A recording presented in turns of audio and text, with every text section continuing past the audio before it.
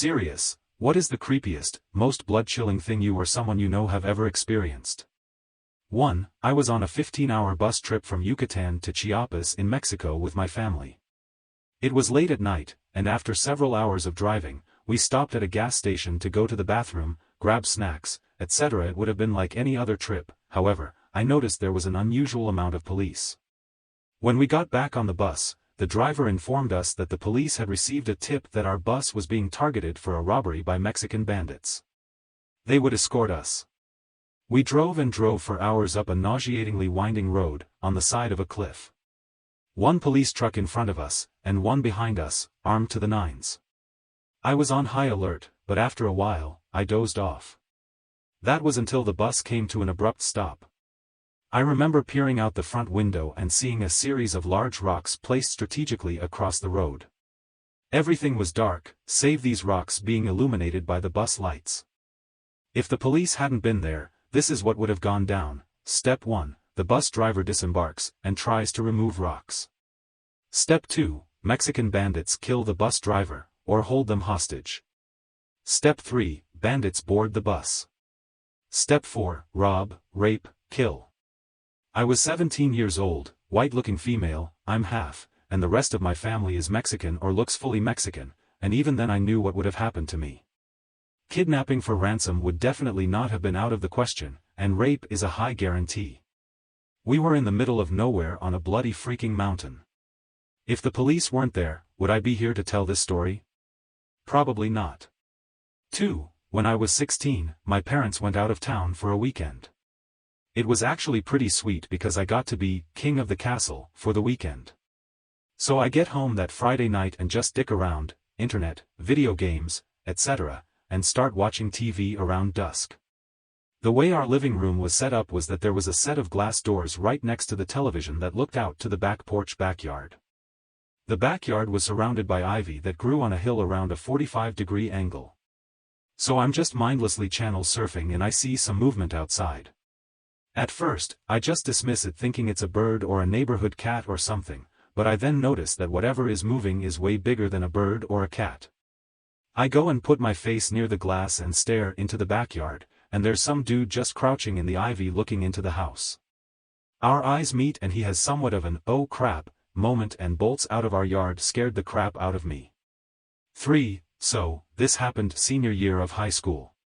My best friend and I were at her house, which was way up in one of the canyons, and she had a long, winding driveway. We had been there all day and her mom had gone out and she and I were supposed to go meet a couple of friends in Hollywood that night. Anyways, we had been goofing around all day and watching scary movies and whatnot, and we started to get ready. Her bathroom had one of those as her double sink deal, so she was near one and I was at the other. All of a sudden I got the creepiest feeling, like, all of the hair on my arms stood up and I had this sudden feeling of panic. To this day it is the most terrified I have ever been. I was putting on eyeliner when it happened and I caught her eye in the mirror and said, "We need to leave. Right now." I thought she would be like, "What? You're being ridiculous," or what have you, but instead, she said, "I know." My blood ran cold when she said it. We left so quickly that we just grabbed what was in front of us.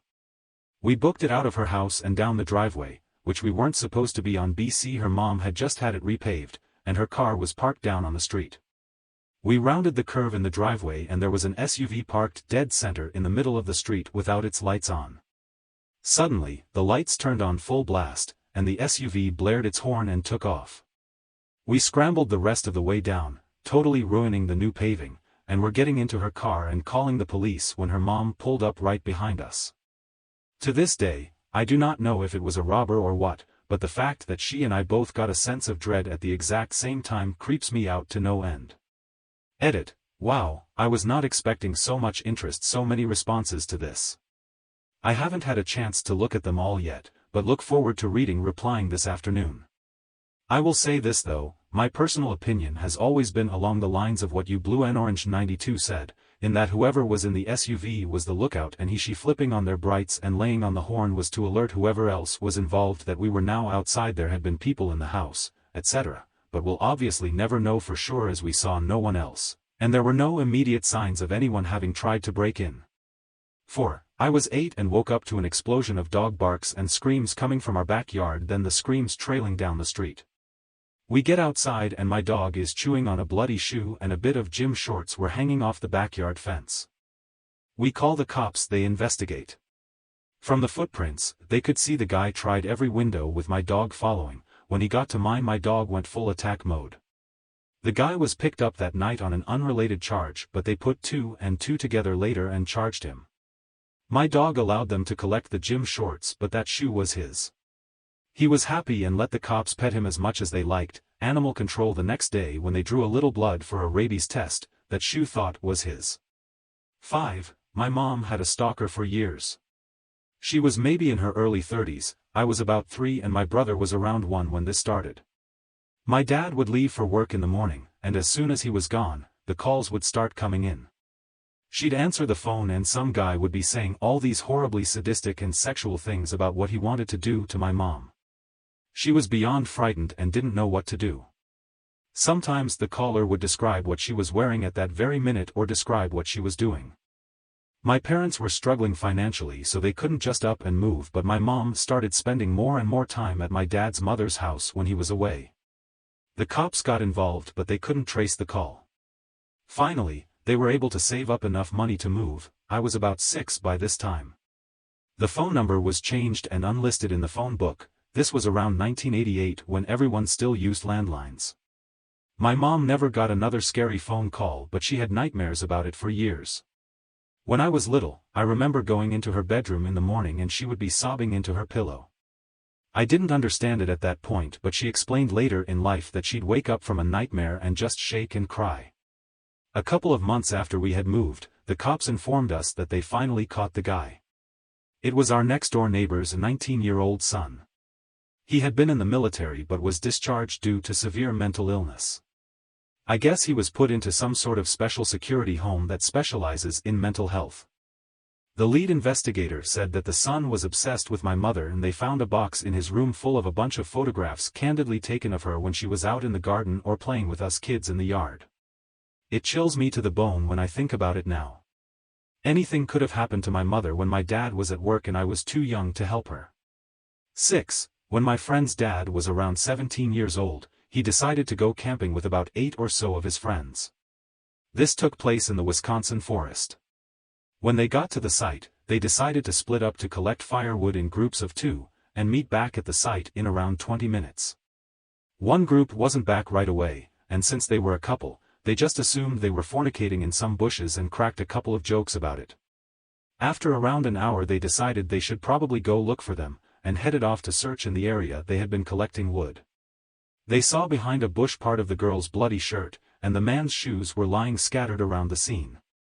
They quickly rushed back to their car so they could drive to the park ranger's office, which was about 5 miles away, and report the incident. However, they found that their gas had been siphoned, so they had no choice but to walk.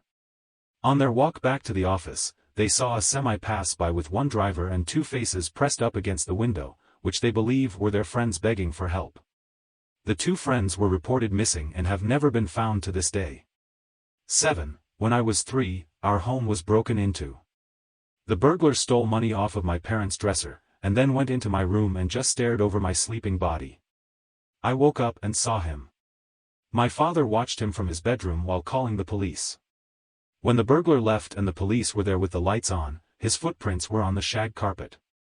This is my earliest memory. 8. When I was about 6 or 7, we had this neighbor that would regularly try to invite me over for cake and candy or to play with the dogs he owned. My parents didn't trust him, so of course, the invites were declined. Years later, we learned that he regularly raped his 12-year-old stepdaughter and got her pregnant. When he went to trial, it was revealed that there were 4 other young girls in his past that he had abused. The guy used to decorate his house like a haunted mansion every Halloween, and kids would go crazy for it. I'm so glad that my parents wouldn't allow me to go there. 9. We had a break-in in the home I lived in as a child. I was about 5 or so and I used to come home from school and I would be alone as my sister was at school and my parents were at work. The house was at the bottom of a long driveway too, with a big-ass yard and a huge bush with a river behind it, so it was kind of isolated. One day I came home from school, down the driveway, as usual, went to unlock the gate, and noticed that our front door was broken but the gate wasn't. As I said, I was only 5 so I wasn't very smart. I proceeded to open the gate to go in, and as I entered, I heard someone's running out the back door. I went into the house and saw that the burglars had broken in through a back window and had just taken everything. The point of the story is that they were still in the house when I arrived home, and when they heard the front gate opening, they fled out the back as they probably thought it was my dad, who is a police officer. Had they known it was just a 5-year-old kid, who knows what would have happened to me? Makes my freaking blood run cold just thinking about it. 10. I was home for the summer from college, and my mother and brother had just headed out for a few-day trip to visit colleges. This meant I was to take care of my father. Dad, something was clearly wrong, but we couldn't tell what. He had Parkinson's, but it was more than that. But we figured I could handle him. This is when I came to realize something in his broken mind hated me with a passion. He wouldn't listen to anything I said. Now I admit I was pissed off, so I wasn't doing a terrific job, but even simple things like getting him food was an hour-long ordeal that ended with us shouting. This last time, I called Mom on the house phone because at least he'd listen to her. I gave him one phone and I was on another, yelling at each other through it even though we were 5 feet apart. Poor Mom trying to referee from a few hundred miles away. Finally, Dad hangs up his phone and hands it to me. Oh, he's done, thank God, I think. But then he tries to take the still active phone from my hand, which I refuse. And that's when it happens. It gives me chills to this day. A change came over him. It was subtle, but he stood slightly straighter. It was like for a moment someone else was in his body. He stared at me, and in the calmest, cold voice I have ever heard, said, "I'm going to kill you." There was no emotion behind it.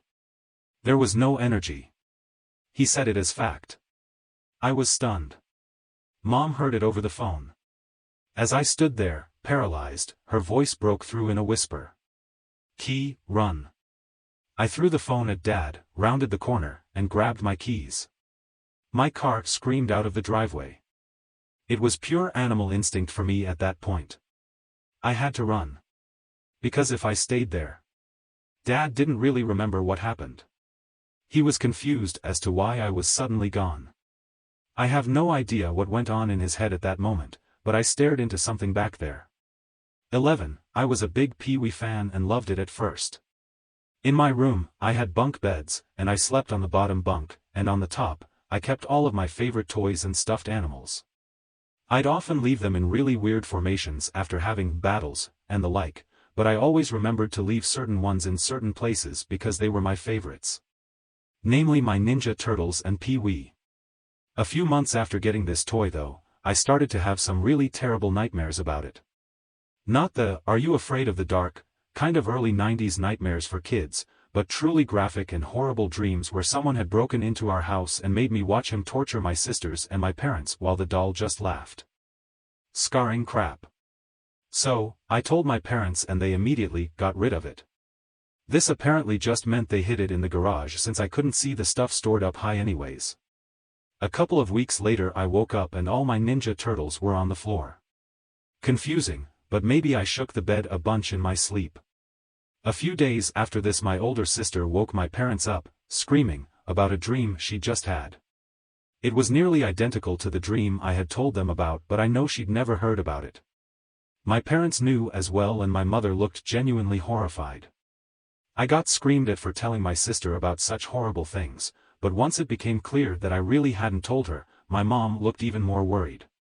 I watched her go into the garage, grab Pee-wee, put him in a trash bag, and put him in the dumpster. For years I'd wake up and my stuffed animals would be in really odd places, in places I know I hadn't left them. In places, I never would have left them. I was obsessed. When I was 12 I found the Pee-wee toy in a box in the garage. My mom said my dad must have come home, seen it in the trash, and pulled it out. He doesn't remember ever doing that. He swears he didn't even know she threw it away, let alone try to pull it out. 12. I used to take care of a developmentally disabled man in a community protection program. He had to be kept away from people because of his sudden violent outbursts. His parents were rich and bought an old farmhouse on 10 acres or so about 4 miles out of town so that he could be away from the public and not forced into a psych ward. For 4 years I worked there on a 56-hour shift, come in on Sunday evening and leave Wednesday afternoon. There were 2 of us on these shifts and we were both supposed to be there the entire 56 hours, but because we were the most senior trainers on staff we'd take turns going home on 1-2 of the nights. After 3 years of being in that house, I had become comfortable with it, despite it being so isolated and overall kind of creepy. I would always stay up and watch TV until around midnight. My client was always locked in his room around 8 p.m. One night, at about 12:15 a.m. I turned the TV off and pulled the covers over myself to try and get some sleep on the nastiest futon ever. There was one window in the staff room and it faced the back of the property, and was about 6 feet off the ground. I had just started drifting to sleep when I heard the most blood-curdling woman's scream from right outside the window. I popped up so fast that I nearly lost consciousness and had to steady myself in the doorway while the scream continued and then faded away. I grabbed a flashlight from the laundry room and threw open the back door, illuminating the area outside the window, and there was nothing. I ran along the perimeter of the house and saw nothing. I watched the sun come up the next morning, desperately glued to the TV, trying to distract myself from what had happened. All of the people I worked with were much older than me, and there was no good reason to play a prank like that in the middle of January in Eastern Oregon. I'm sure there's an explanation, but it bothers me to this day. 13. I went to see a movie with a friend of mine. It was dark when we got out of the movie and she offered me a ride home, but it was a pretty short walk. Nice night, and I live in a really safe town. Usually. So I start to walk home. I guess I should mention, I'm a woman and a particularly small one. About 2 blocks into my walk I hear yelling and screaming, moaning. I look and these 2 guys in hoodies are kicking something, but I can't see what because there is this short cement wall blocking my view. They shout something, not at me, and take off in the opposite direction. So I run to where they had been. That all happened very quickly. I get there and there is this homeless man. It's really dark, but he's obviously hurt badly. He has a blanket. He was clearly sleeping when these guys came up and attacked him. I actually recognized him, not by name, but it's a small town, and I've seen him around. He gets up and grabs his blanket and looks around for a minute. I try to talk to him, but he just can't really talk to me. He's quite mentally ill and has now been hit in the head, and he's just terrified. He takes a couple of steps as I'm calling 911 and ends up under a street light. His head and face are covered in blood with some dirt caked over them. To the point, I can't see any skin on his face. He's way too spooked to let me try to help. I'm explaining to 911 the situation, but mostly just begging for an ambulance. They want to know about the 2 guys, of course, but I didn't see them well and I have this guy bleeding from his head in front of me. And then he starts walking. I have no way to stop him, so I just follow a little bit behind because I don't want to be an extra thing that terrifies him, but I also need to update 911 where we are. We made it about 8 blocks before the fire truck intercepted us. I am shocked he makes it that far. No one else is out. 911 keeps wanting me to give a more detailed description, which is the one point I lost a little bit. He's the only guy covered in blood walking down the street. Name. Sorry, 911 operator. I cannot describe how relieved I was when the fire truck showed up. The police talked to me for a little bit. Then they left, the guy had been transported and the fire truck was gone. All of a sudden everyone was gone and I was just standing there on an empty street in the dark. I took a step to start to walk home, now farther than where I started. And decided to call my friend, instead. She drove back and took me home. The guy with the head injury lived. The 2 terrible humans who did that were never caught. 14. On April 18th of this year, I came home from work and began working on some homework. After 30 minutes of homework, my aunt entered my mother's bedroom and began screaming hysterically, ordering me to call 911. Once I was on the line with the operator, she asked what the nature of my emergency was. I didn't quite know, so I entered my mother's bedroom to find her dead of a heart attack and laying face down on the floor, wedged between her nightstand and her bed. The operator dispatched the paramedics and instructed me on how to perform CPR. In order to do so, I had to flip my mother onto her back. When I grabbed my mother's cold, lifeless arm, I realized that she couldn't be moved as she was wedged firmly between her bed and her nightstand, and rigor mortis had already set in. I was unable to flip her over and I had never seen or touched a dead body before. After the paramedics came and told me that nothing could be done, the medical examiner informed my family that she couldn't be seen as she had been laying on her face for so long. It's assumed by my family that she hit her head on the way down as her dentures were on the floor beside her. The combination of her head trauma and the fact that she had been dead for many hours had rendered her unviewable, as deemed by the officer from the medical examiner's office. To answer your question, the sight and feeling of my mother's deceased body is the most chilling thing that I have ever seen. Her memorial is this Sunday. Edit, I really appreciate the condolences and heartfelt messages you've sent me. I'm proud to have a great support network, outside of the internet, full of people who have put themselves out there for me. I just started my move into my new home and will be sleeping there for the second time tonight.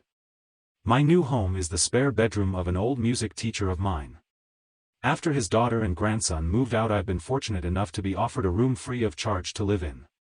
This is an amazing opportunity, especially for a college student whose job only offers 20 hours a week. I hope only to be able to repay him for what he and his wife have done for me.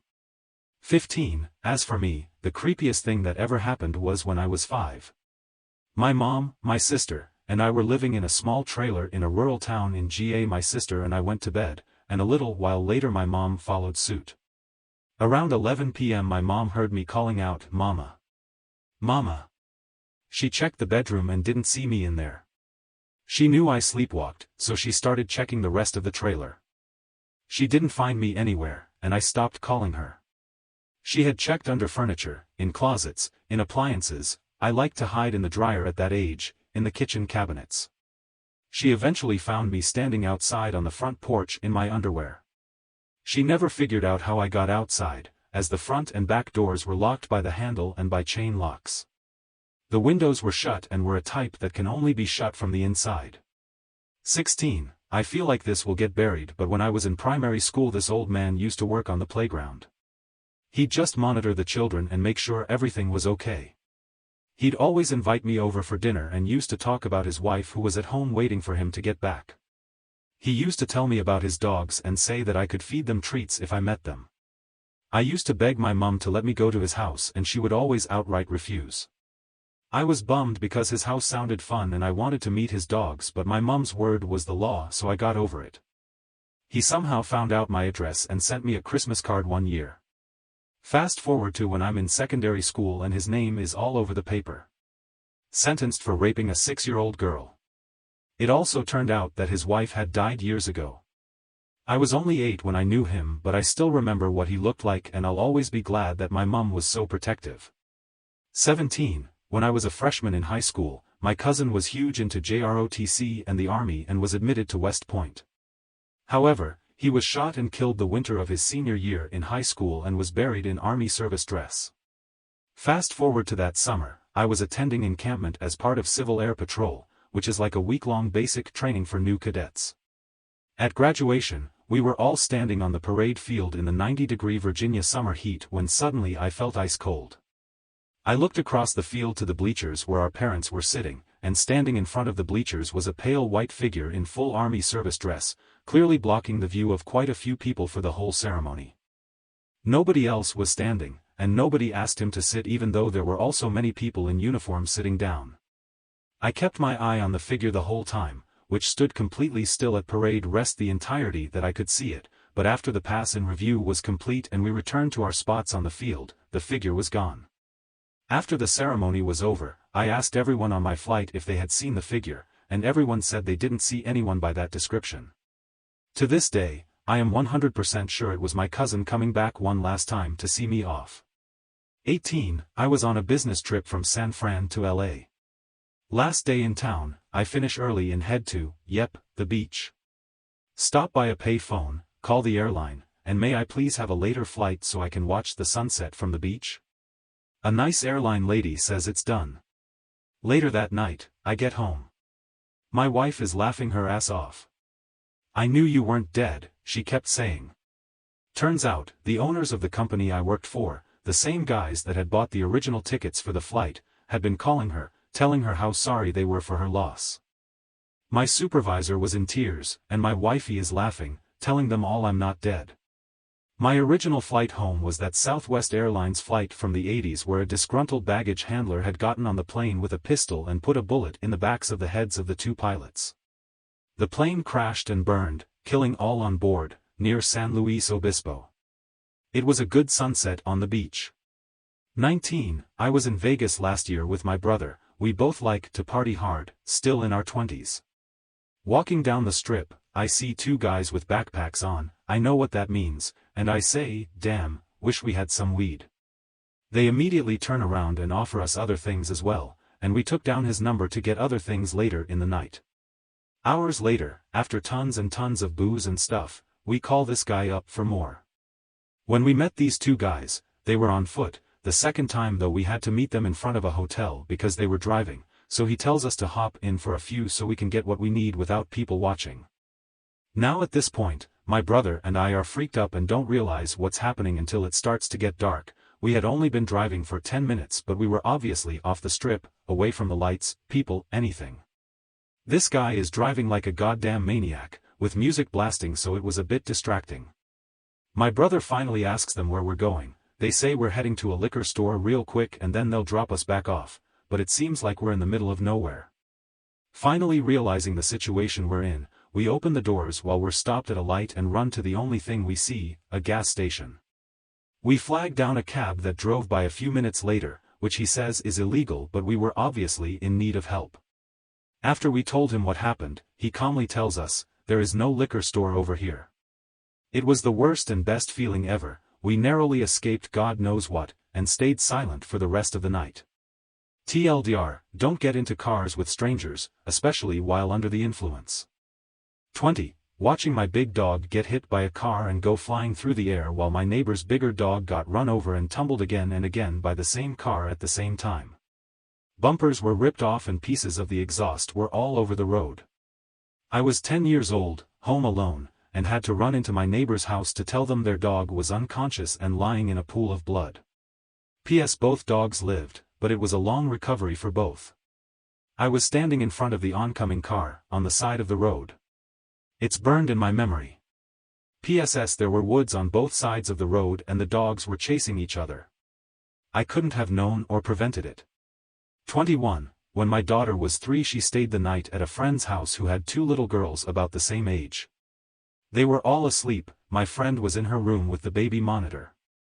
I get a call a little after 3 in the morning saying I needed to come to get her. Apparently, my friend had heard the bedroom door where the girls were open and close a few times, and then all 3 girls started screaming bloody murder at the exact same time. My daughter had a handprint-shaped bruise on her arm the size of an 8-year-old hand, and there was no one there that could have made it. All 3 girls said there was an old woman with the face of a monster standing in the doorway, that she was opening and closing the door, and that a little girl was trying to wake my daughter because the old lady was going to hurt her. She's 6 now and still talks about this. My friend had paranormal hunters come out after this and quite a few other incidents, and they said there were 3 ghosts that lived on the property. One was an 8-year-old girl and one was an old woman, the other was a really tall man. I've seen the girl and man myself and had a few things happen to me there as well.